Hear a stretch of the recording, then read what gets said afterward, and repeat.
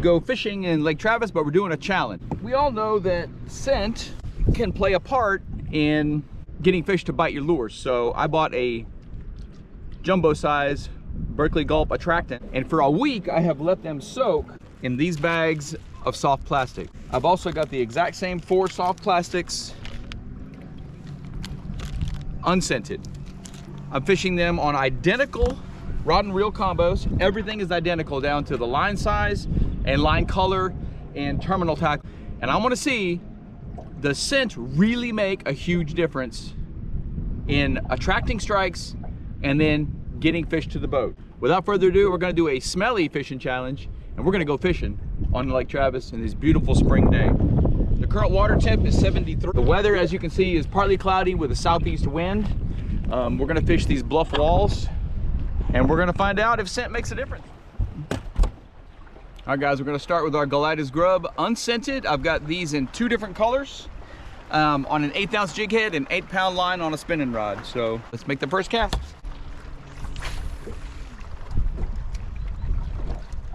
That was an absolutely horrible first cast. There's a fish, there's a fish. First fish on the unscented. There it is, there it is. Fat little guad. He was just off this little rocky point. I'll have to get him unbuttoned here real quick. Chunky little guad. Cast number 8 with the unscented. I'll make 10 casts with each and switch back and forth, so thank you. You will know which rod while you're watching the video is scented versus the unscented rods are plain, and while the scented rods, a strip of blue painter's tape near the handle and at the tip. So blue is scented, normal is unscented. So that's fish number 1 on cast number 8. A lot of math. Let's keep fishing instead.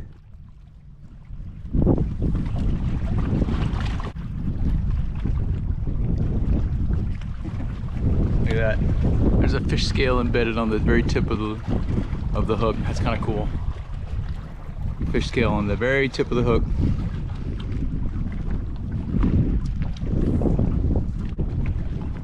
There's one, there's one. There we go, another big guad. All right, so this is on the unscented. Nice guad, another good one. Just slow swimming around these boulders offshore here. Oh, awesome, fat little guad.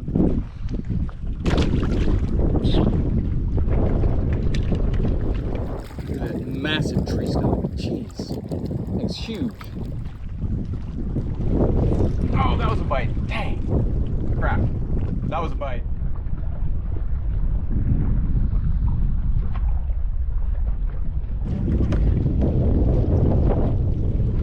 There's a fish. Awesome. Okay, this is a fat little largie on the width, on the scented. No difference so far in how they're hooked. They've all been hooked basically the same.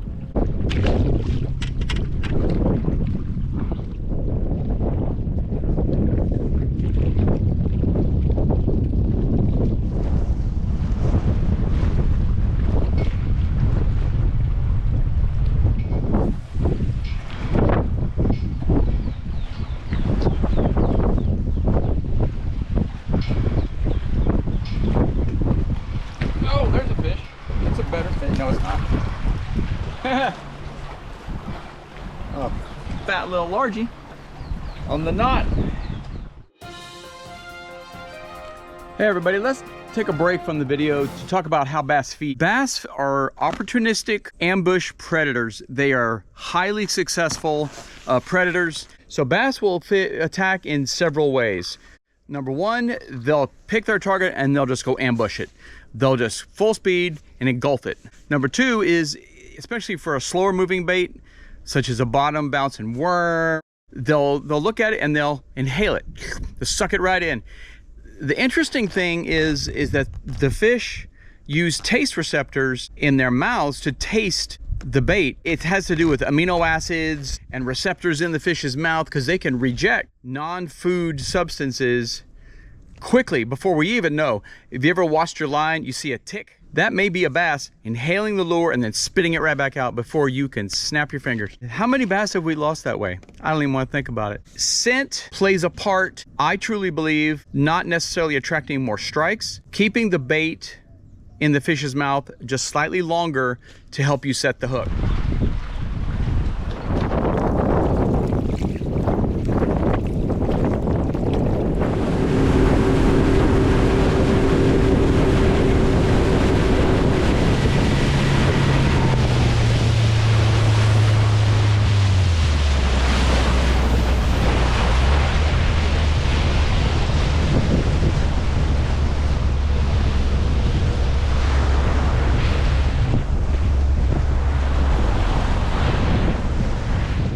Somebody's got a cool setup right here. A big green egg and their cool houseboat. Nice.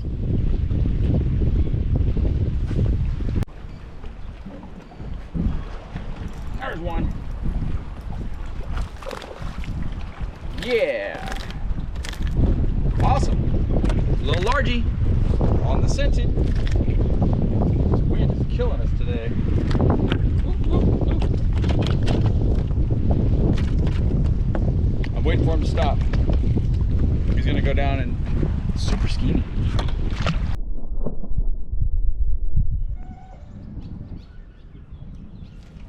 There's one on the scented. Oh, it's off. Dang it.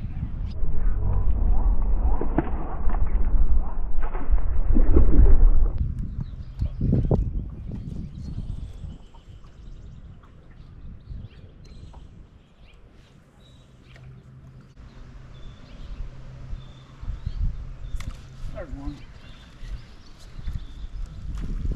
There we go. Let me get away for sure. This one was on the unscented wacky worm.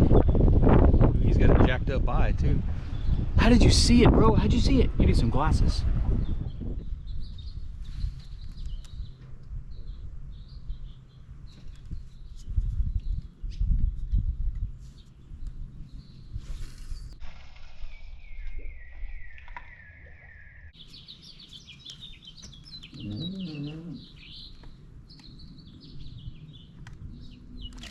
There's one.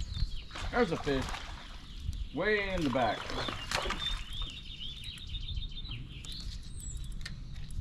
Get him up here. Oh, he swallowed it. All right, so we're figuring stuff out. There we go, on the wacky without.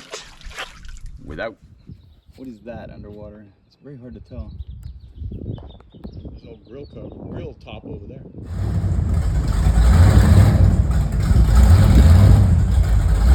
How is that even fun? I could scream at those guys and they would never hear me.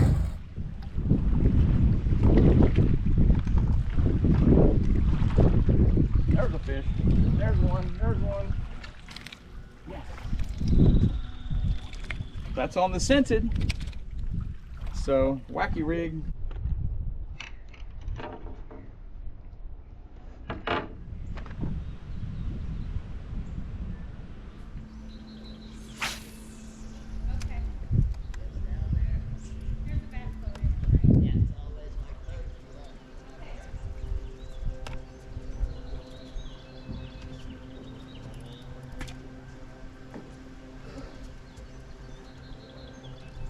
So if your lure's stuck on the shore, don't jerk and pull and rip and tear.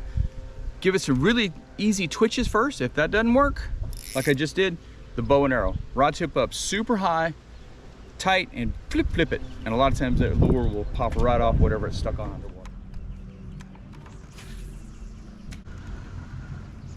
There's one. Fifth. Feels like a decent fish. About the same size. There we go. Lost my grip. No, he spit out some minnows. Very loud, that boat, but this is on the without.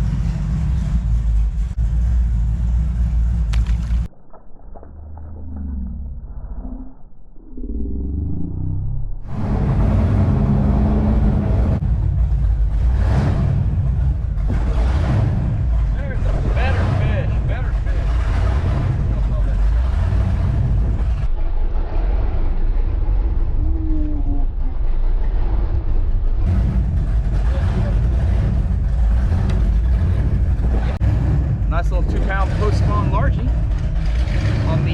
unscented. So we're inconclusive results so far. Glad it's grub though for the win. That fish was right along the edge of this underwater pipe, I guess. Let's poke it with a rod, see.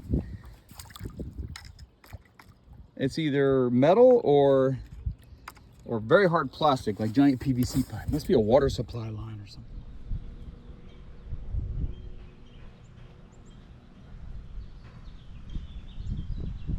There's one.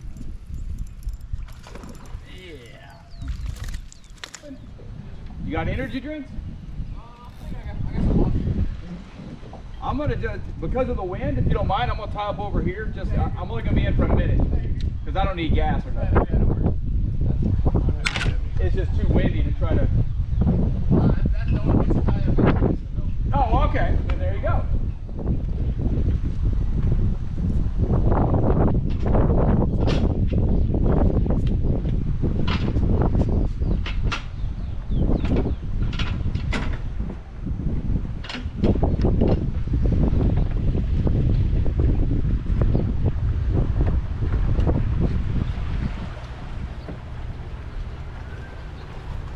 Go get us right under the boat, bro. Let's see if I can catch him.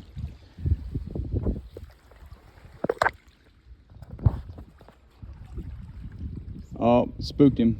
He didn't want it. Oh, that was another bite.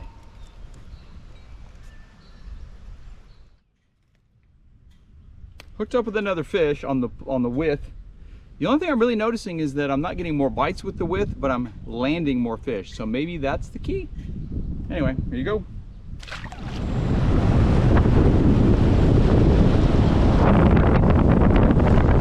How about that wind though? Woo!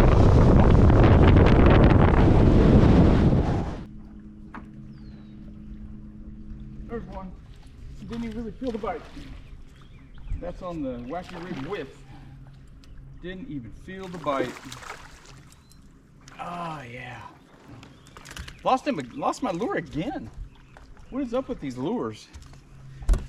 So that's on the wacky rig, the width, the scent. I think the main difference so far is the scent is helping me land the fish, not get more bites so far. Let's get re-rigged. So there's a tackle box on this shoreline. I'm gonna get out and grab it and see what's, if anything is in it. I might take a pee break. This is kind of cool. I better get my shoes though. Basically empty. Super flarped out. I'm just gonna leave it here. So let's look around a little bit.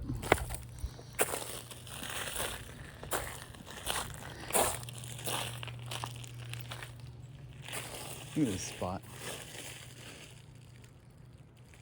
This is cool. Oh, my boat's drifting away. Let's go get it.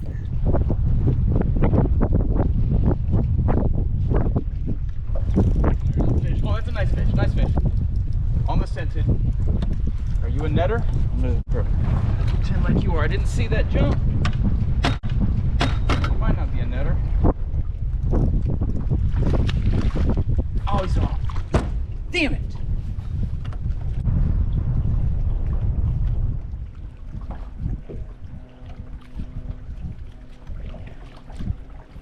There's a fish. Why couldn't I have landed your brother that was bigger? This guy's beat up.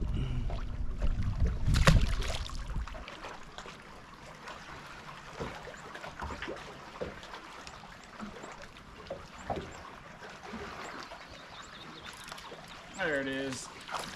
Yes. Oh, yeah. Whoop. On the without. There we go.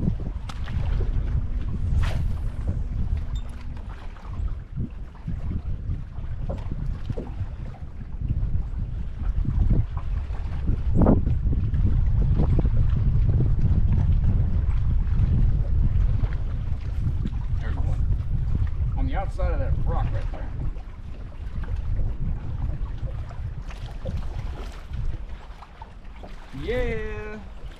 Here we go.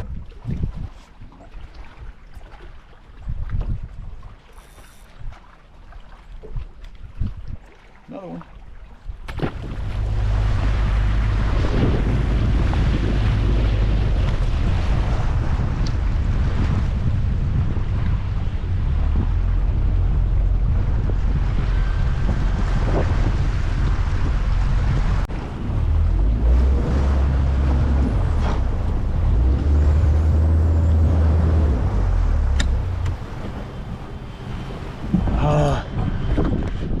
All right, guys, that's gonna do it.